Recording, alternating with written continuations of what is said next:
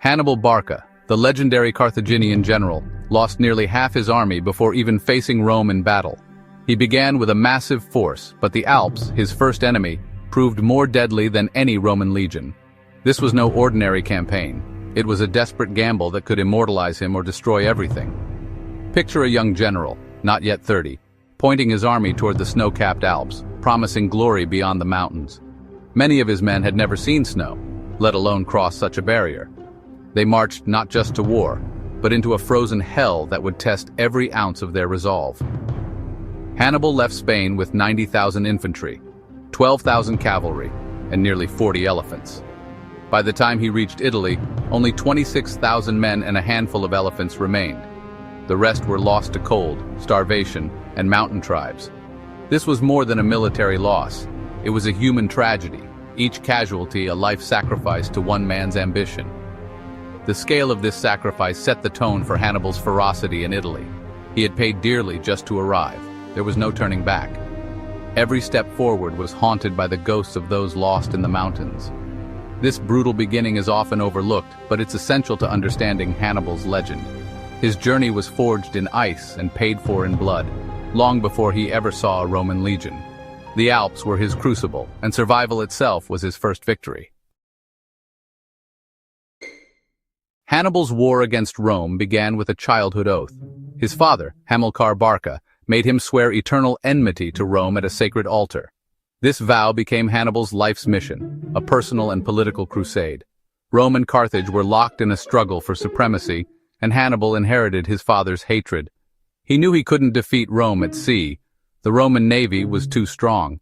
So he devised a plan no Roman expected: march overland, through Spain, Gaul, and the Alps, to strike at Rome's heart. The Alps were considered impassable, a natural fortress. Hannibal's strategy was total surprise. Appear in Italy from the north, shatter Roman confidence, and rally Rome's discontented allies. This was psychological warfare at its finest. The oath he made as a child became a blueprint for one of history's boldest invasions. Hannibal's campaign was fueled by vengeance, genius, and a deep understanding of his enemy. He would risk everything to fulfill his father's legacy. The march to Italy was not just a military maneuver, it was a personal vendetta made manifest. Hannibal's journey began in Spain, spring of 218 BC. His army was a multicultural force, united under his command. First, he fought through hostile tribes between the Ebro and the Pyrenees, securing his rear. Crossing the Pyrenees, he entered Gaul, a land of shifting alliances and constant danger. Hannibal became both diplomat and warrior, negotiating with some tribes and fighting others. The Roman consul Scipio tried to intercept him near Marseille, but Hannibal outmaneuvered him. Using boats and rafts, he ferried his army, including elephants, across the Rhone, slipping past the Romans. This feat stunned Rome. Hannibal was faster and more cunning than any foe they'd faced. As autumn neared, Hannibal's army reached the foot of the Alps. The air grew colder, and even his Gallic guides grew fearful. His men, exhausted from months of marching and battle, stared up at the snow-dusted peaks with dread. Yet Hannibal pressed on, unwavering. The long road was ending. The greatest challenge, the ascent into the unknown, was about to begin. Every step had been a test of endurance and leadership. Hannibal's resolve inspired his weary troops. The mountains loomed, but retreat was never an option. The Alpine crossing began as winter closed in. Blocked by hostile tribes, Hannibal was forced onto treacherous, narrow paths. The cold was merciless, the air thin and biting. Local tribes ambushed the column, rolling boulders from above. Hannibal countered with swift attacks, securing the high ground for his army. The elephants, his secret weapon, struggled on the icy ledges. Many perished, but their presence inspired awe and fear.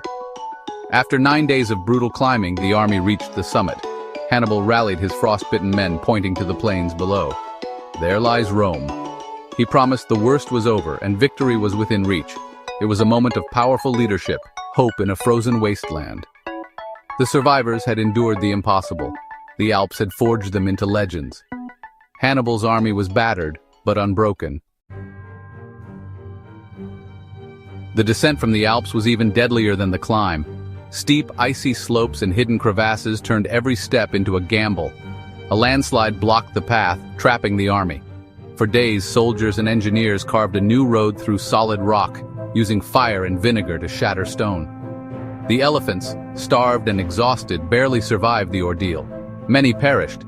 The men fared little better, forced to eat their pack animals. Frostbite and sickness ravaged the survivors. After 15 days, a battered remnant staggered into northern Italy. Hannibal had achieved the impossible, crossed the Alps and brought an army to Rome's doorstep. But the cost was staggering. Tens of thousands lost, supplies gone, and no hope of reinforcement. The gamble had paid off, but now the real war would begin. Hannibal's army was a shadow of its former self, but their resolve was unbroken. They had survived the mountains. Now they would face the legions of Rome. The stage was set for a clash that would shake history. Rome was stunned. Hannibal had crossed the Alps and invaded Italy. Consul Scipio rushed north, expecting to crush a weakened enemy. Instead, he met Hannibal's cavalry at the Ticinus River. Hannibal's Numidian and Iberian horsemen outflanked and routed the Romans in a swift, brutal skirmish.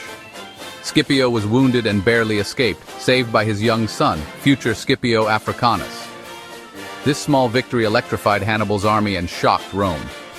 Local Gallic tribes, inspired by Rome's defeat, flocked to Hannibal's side with fresh troops and supplies. Scipio retreated, realizing he couldn't match Hannibal's cavalry in open country. He regrouped near the Trebia River, awaiting reinforcements. Hannibal had won the opening round, securing allies, supplies, and a psychological edge. The legend of Hannibal the Invincible was born. Rome's confidence was shaken. The real battles were yet to come.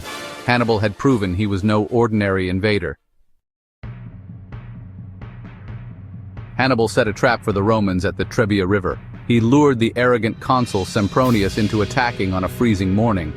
The Romans, cold and hungry, waded through icy water to face Hannibal's well-prepared troops. Hannibal's elephants and cavalry struck the Roman flanks, sowing chaos. Hidden troops under Mago ambushed the Romans from the rear. Surrounded on all sides, the Roman army collapsed.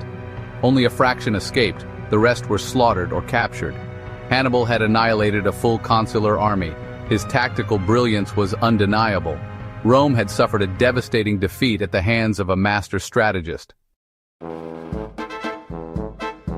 The defeat at Trebia was only the beginning.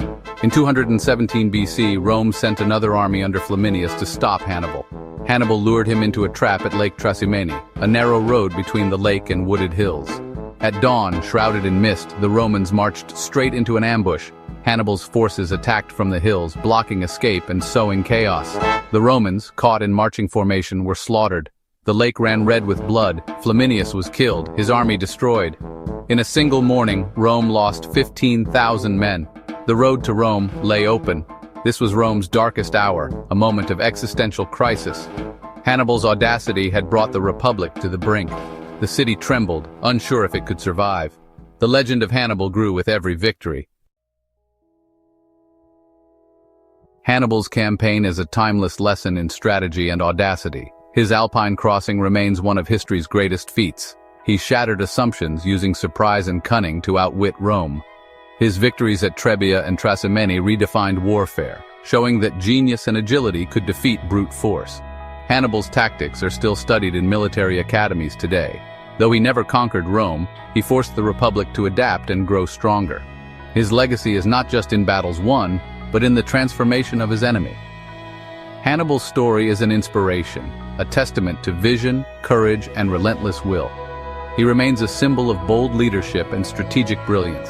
His name echoes through history as the ultimate adversary who changed the world.